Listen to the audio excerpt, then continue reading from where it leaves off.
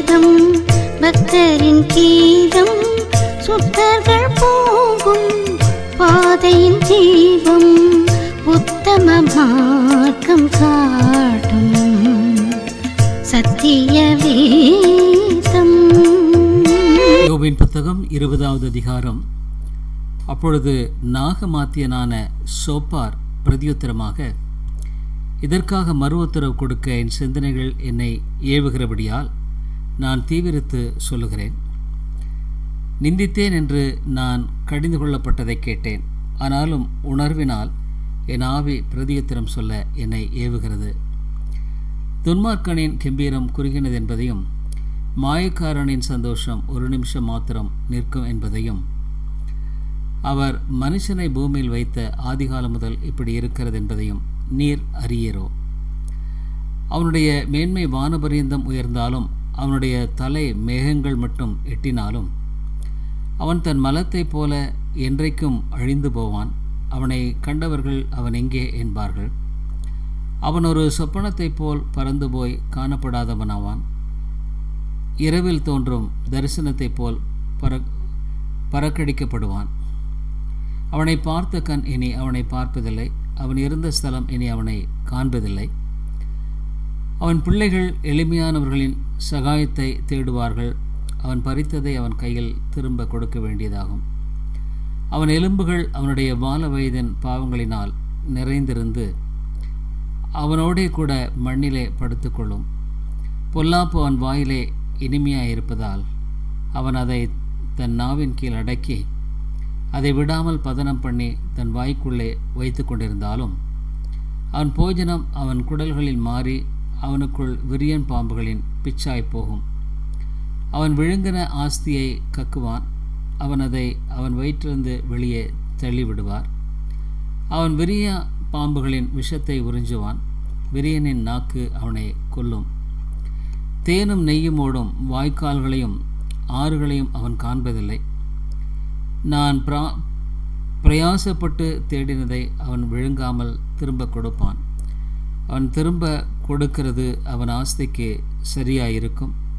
அவன் கழிகூறாதிருப்பான். அவன் ஒடுக்கி ஏழைகளை கைவிட்டு தான் கட்டாத வீட்டை பறித்தபடியினாலும் தன் வயிறு திருப்தியற்றிருந்தபடியினாலும் அவன் இச்சித்த காரியங்களில் அவனுக்கு ஒன்றும் இருப்பதில்லை. அவன் போஜனத்தில் ஒன்றும் மீதியாவதில்லை. ஆகையால் அவன் ஆஸ்தி நிலை நிற்பதில்லை. அவன் வேண்டுமென்கிற பரிபூர்ணம் அவனுக்கு வந்தபின் அவனுக்கு வியாகுலம் உண்டாகும். சிறுமைப்படுகிற ஒவ்வொருவருடைய கையும் அவன் மேல் வரும். தன் வயிற்றை நிரப்பத்தக்கது இன்னும் அவனுக்கு இருந்தாலும் அவர் அவன் மேல் தமது கோபத்தின் உக்கரத்தை வரவிட்டு அவன் போஜனம் பண்ணுகையில் அதை அவன் மேல் சொரிய பண்ணுவார். இருப்பு ஆயுதத்துக்கு அவன் தப்பியோடினாலும் உருக்குவில் அவனை உருவையும். உருவின பட்டயம் அவன் சரீரத்தையும் மின்னுகிற அம்பு அவன் பிச்சையும் உரி போகும். பயங்கரங்கள் அவன் மேல் வரும். அவன் ஒளிக்கும் இடங்களில் காரில் அடங்கியிருக்கும். அவியாத அக்கினி அவனை பட்சிக்கும். அவன் கூடாரத்தில் மீதியா இருக்கிறவன் தீங்கு அனுபவிப்பான். வானங்கள் அவன் அக்கிரமத்தை வெளிப்படுத்தி பூமி அவனுக்கு விரோதமாக எழும்பும். அவன் வீட்டின் சம்பத்து போய்விடும். அவருடைய கோபத்தின் நாளிலே அவைகள் கரைந்து போகும். இதுவே தேவனால் துன்மார்க்கனுக்கு கிடைக்கும் பங்கும் அவன் செய்கைக்கு தேவனால் அவனுக்கு வரும் சுதந்திரமுமாம் என்றான். யோபின் புத்தகம் 21வது அதிகாரம். யோபு பிரதியுத்தரமாக, என் வசனத்தை கவனமாய் கேளுங்கள். இது நீங்கள் என்னை தேற்றரவு பண்ணுவது போல இருக்கும். நான் பேசப் போகிறேன், சகித்திருங்கள். நான் பேசின பின்பு பரியாசம் பண்ணுங்கள். நான் மனுஷனை பார்த்தா அங்கலாய்க்கிறேன். அப்படியானாலும் என் ஆவி வசனப்படாதிருக்குமா? என்னை கவனித்து பாருங்கள். அப்பொழுது நீங்கள் பிரமித்து உங்கள் வாயை கையால் பொத்திக்கொள்வீர்கள். இதை நான் நினைக்கையில் கலங்குகிறேன். நடுக்கம் என் மாம்சத்தை பிடிக்கும். துன்மார்க்கர் ஜீவித்து விருத்தராகி வல்லவராவனேன். அவர்களோடும் கூட அவர்கள் சந்ததியார் அவர்களுக்கு முன்பாகவும் அவர்கள் பிள்ளைகள் அவர்கள் கண்களுக்கு முன்பாகவும் திடப்படுகிறார்கள். அவர்கள் வீடுகள் பயமில்லாமல் பத்திரப்பட்டிருக்கும். தேவனுடைய மிலாறு அவர்கள் மேல் வருகிறதில்லை. அவருடைய எருது பொழிந்தால் வீணாய் போகாது, அவருடைய பசு சினை அழியாமல் எண்ணுகிறது. அவள் தங்கள் குழந்தைகளை ஒரு மந்தையைப் போல வெளியே போக விடுகிறார்கள். அவர்கள் பிள்ளைகள் குதித்து விளையாடுகிறார்கள். அவர்கள் தம்புரையும் சுரமண்டலத்தையும் எடுத்து பாடி கிணறத்தின் ஓசைக்கு சந்தோஷப்படுகிறார்கள். அவர்கள் செல்வவான்களாய் தங்கள் நாட்களை போக்கி ஒரு சன பொழுதிலே பாதாளத்தில் இறங்குகிறார்கள். அவள் தேவனை நோக்கி, எங்களை விட்டு விலகிறோம், உம்முடைய வழிகளை அறிய விரும்போம். சர்வ வல்லவரை நாம் சேவிக்க அவர் யார்? அவரை நோக்கி ஜெபம் பண்ணுவதனால் நமக்கு பிரயோஜனம் என்ன என்கிறார்கள். ஆனாலும் அவர்கள் வாழ்வு அவர்கள் கையில் இராது. துன்மார்க்கரின் ஆலோசனை எனக்கு தூரமாக இருப்பதாக. எத்தனை சடுதியில் துன்மார்க்கரின் விளக்கு அணைந்து போகும். அவர் தமது கோபத்தினால் வேதனைகளை பகிர்ந்து கொடுக்கையில் அவர்கள் ஆபத்து அவர்கள் மேல் வரும். அவர்கள் காற்று முகத்தில் இருக்கிற துரும்பை போலவும் பெருங்காற்று பறக்கடிக்கிற பதரை போலும் இருக்கிறார்கள். தேவன் அவனுடைய அக்கிரமத்தை அவன் பிள்ளைகளுக்கு வைக்கிறார். அவன் உணரத்தக்க விதமாய் அதை அவனுக்கு பலிக்க பண்ணுகிறார். அவனுடைய அழிவை அவனுடைய கண்கள் காணும். சர்வ வல்லவருடைய உக்கிரத்தை குடிப்பான். அவன் மாதங்களின் தொகை குறுக்கப்படும் போது அவனுக்கு பிற்பாடு அவன் வீட்டை பற்றி அவனுக்கு இருக்கும் விருப்பம் என்ன? உயர்ந்தோரை நியாயத்திற்க தேவனுக்கு அறிவை உணர்த்த யாரால் ஆகும்? ஒருவன் நிர்வாகத்தோடும் சுகத்தோடும் வாழ்ந்து குறையற்ற பலனுள்ளவனாய் சாகிறான். அவனுடைய பால் பாத்திரங்கள் பாலால் நிரம்பி இருக்கிறது. அவன் எலும்புகளில் ஊன் புஷ்டியாக இருக்கிறது. ஒரு நாளாவது சந்தோஷத்தோടെ சாப்பிடாமல் மனக்கிலேசத்தோടെ சாகிறான். இருவரும் சமமாய் மண்ணிலே படுத்துக் கொள்கிறார்கள். புழுக்கள் அவர்களை மூடும். இதோ நான் உங்கள் நினைவுகளையும் நீங்கள் என்னை பற்றி அநியாயமாய் கொண்டிருக்கும் ஆலோசனைகளையும் அறிவேன். பிரபுவனுடைய வீடு எங்கே? துன்மார்க்கருடைய கூடாரம் எங்கே என்று சொல்லுகிறார்கள். வழி நடந்து போகிறவர்களை நீங்கள் கேட்கவில்லையா? அவர்கள் சொல்லும் குறிப்புகளை நீங்கள் அறியவில்லையா? துன்மார்க்கன் ஆபத்து நாளுக்கென்று வைக்கப்படுகிறான். அவன் கோபாக்கனையின் நாளுக்கென்று கொண்டு வரப்படுகிறான். அவன் வழியை அவன் முகத்துக்கு முன்பாக தூண்டி காண்பிக்கிறவன் யார்? அவன் செய்கைக்கு தக்க பலனை அவனுக்கு சரி கட்டுகிறவன் யார்? அவன் கல்லறைக்கு கொண்டு வரப்படுகிறான். அவன் கோரி காக்கப்பட்டிருக்கும். பள்ளத்தாக்கின் புல்பத்தைகள் அவனுக்கு இன்பமாயிருக்கும். அவனுக்கு முன்னாக எண்ணிறந்த ஜனங்கள் போனது போல அவனுக்கு பின்னாக ஒவ்வொருவரும் அவ்விடத்துக்கு செல்லுவார்கள். நீங்கள் வீணான ஆறுதல் எனக்கு சொல்லுகிறது என்ன? உங்கள் மறுமொழிகளில் உண்மைக்கேடு இருக்கிறது என்றார். யோபின் புத்தகம் 22வது அதிகாரம். அப்பொழுது தேமானியனான எலிபாஸ் பிரதியுத்தரமாக, ஒரு மனுஷன் விவேகியாயிருந்து தனக்குத்தானே பிரயோஜனமாக இருக்கிறதுனால் தேவனுக்கு பிரயோஜனமாக இருப்பானோ? நீர் நீதிமானாயிருப்பதினால் சர்வ வல்லவருக்கு நன்மை உண்டாகுமோ? நீர் உம்முடைய வழிகளை உத்தமமாக்குறது அவருக்கு ஆதாயமாக இருக்குமோ? அவர் உமக்கு பயந்து உம்முடைய வழக்காடி உம்முடைய நியாயத்துக்கு வருவாரோ? உம்முடைய பொல்லாப்பு பெரியதும் உம்முடைய அக்கிரமங்கள் முடிவில்லாதவைகளுமாய் இருக்கிறதல்லவோ? முகாந்திரமில்லாமல் உம்முடைய சகோதரர் கையில் அடகு வாங்கி ஏழைகளின் வஸ்திரங்களை பறித்து கொண்டீர். விடாய்த்தவனுக்கு தாகத்துக்கு தண்ணீர் கொடாமலும் பரிசுத்தவனுக்கு போஜனம் கொடாமலும் போனீர். பலவானுக்கே தேசத்தில் இடமுண்டாயிற்று, கணவான் அதில் குடியேறினான். விதவைகளை வெறுமையாய் அனுப்பிவிட்டீர். தாய் தகப்பன் இல்லாதவர்களின் புயங்கள் முறிக்கப்பட்டது. ஆகையால் கன்னிகள் உம்மை சூழ்ந்திருக்கிறது. அசுப்பிலே உமக்கு வந்த பயங்கரம் உம்மை கலங்க பண்ணுகிறது. நீர் பார்க்கக்கூடாதபடிக்கு இருள் வந்தது. ஜலப்பிரவாகம் உம்மை மூடுகிறது. தேவன் பரலோகத்தின் உன்னதங்கள் இருக்கிறார் அல்லவோ?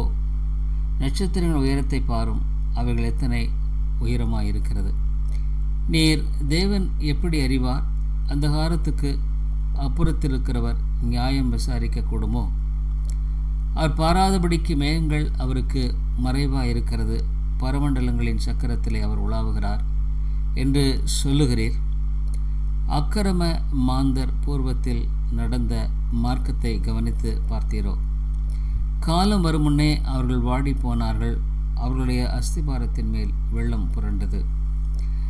தேவன் அவர்கள் வீடுகளை நன்மையால் நிரப்பியிருந்தாலும் அவர்கள் அவரை நோக்கி, எங்களை விட்டு விலகும், சர்வ வல்லவரால் எங்களுக்கு என்ன ஆகும் என்றார்கள்.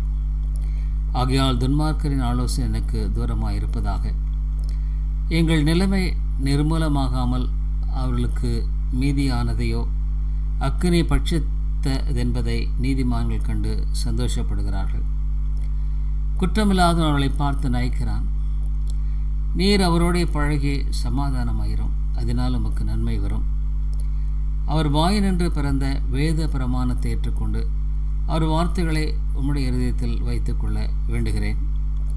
நீர் சர்வ வல்லவரிடத்தில் மனம் திரும்பினார், திரும்ப கட்டப்படுவீர். அக்கிரமத்தை உமது கூடாரத்துக்கு தூரமாக்குவார்.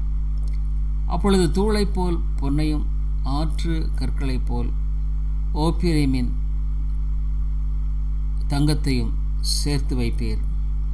அப்பொழுது சர்வ வல்லவர் தாமே உமக்கு பசும் பொன்னும் உமக்கு சொக்க வெளியுமா இருப்பார். அப்பொழுது சர்வ வல்லவர் மேல் மனமகிழ்ச்சியாயிருந்து தேவனுக்கு நேராக உம்முடைய முகத்தை ஏறெடுப்பீர். நீர் அவரை நோக்கி விண்ணப்பம் பண்ண அவர் உமக்கு செவி கொடுப்பார். அப்பொழுது நீர் உம்முடைய பொருத்தனைகளை செலுத்துவீர். நீர் ஒரு காரியத்தை நிர்ணயம் பண்ணினால் அது உமக்கு நிலைவரப்படும். உம்முடைய பாதைகளில் வெளிச்சம் பிரகாசிக்கும். மனுஷன் ஒடுக்கப்படும் போது திடப்படக்கடவர்கள் என்று நீர் சொல்ல தாழ்ந்தோர் ரட்சிக்கப்படுவார்கள். குற்றமற்றிராதவனையும் கூட தப்பி வைப்பார்.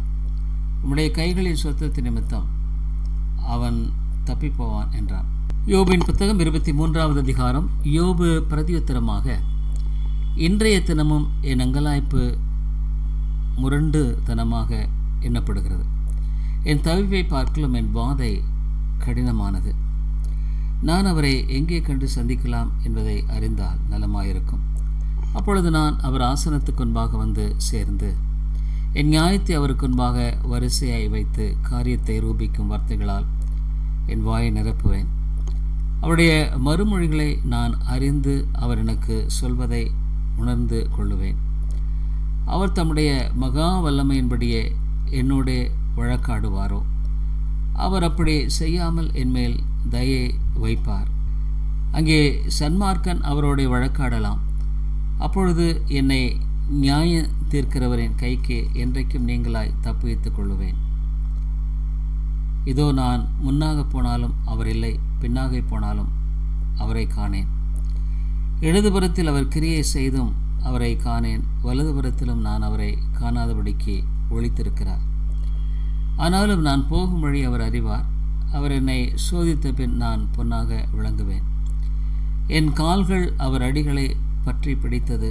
அவருடைய நெறியை விட்டு நான் சாயாமல் அதை கை கொண்டேன்.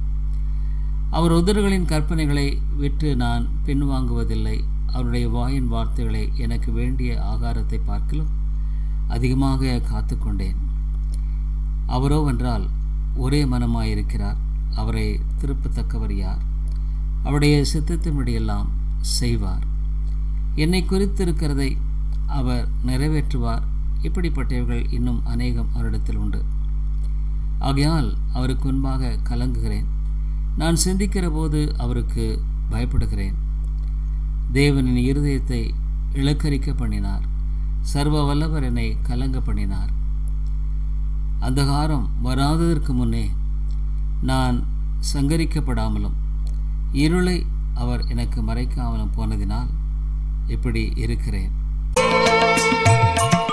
சத்திய வேதம் பக்தரின் கீதம், சுத்தர்கள் போகும் பாதையின் தீபம், உத்தம மார்க்கம் காட்டும். சத்திய வேதம்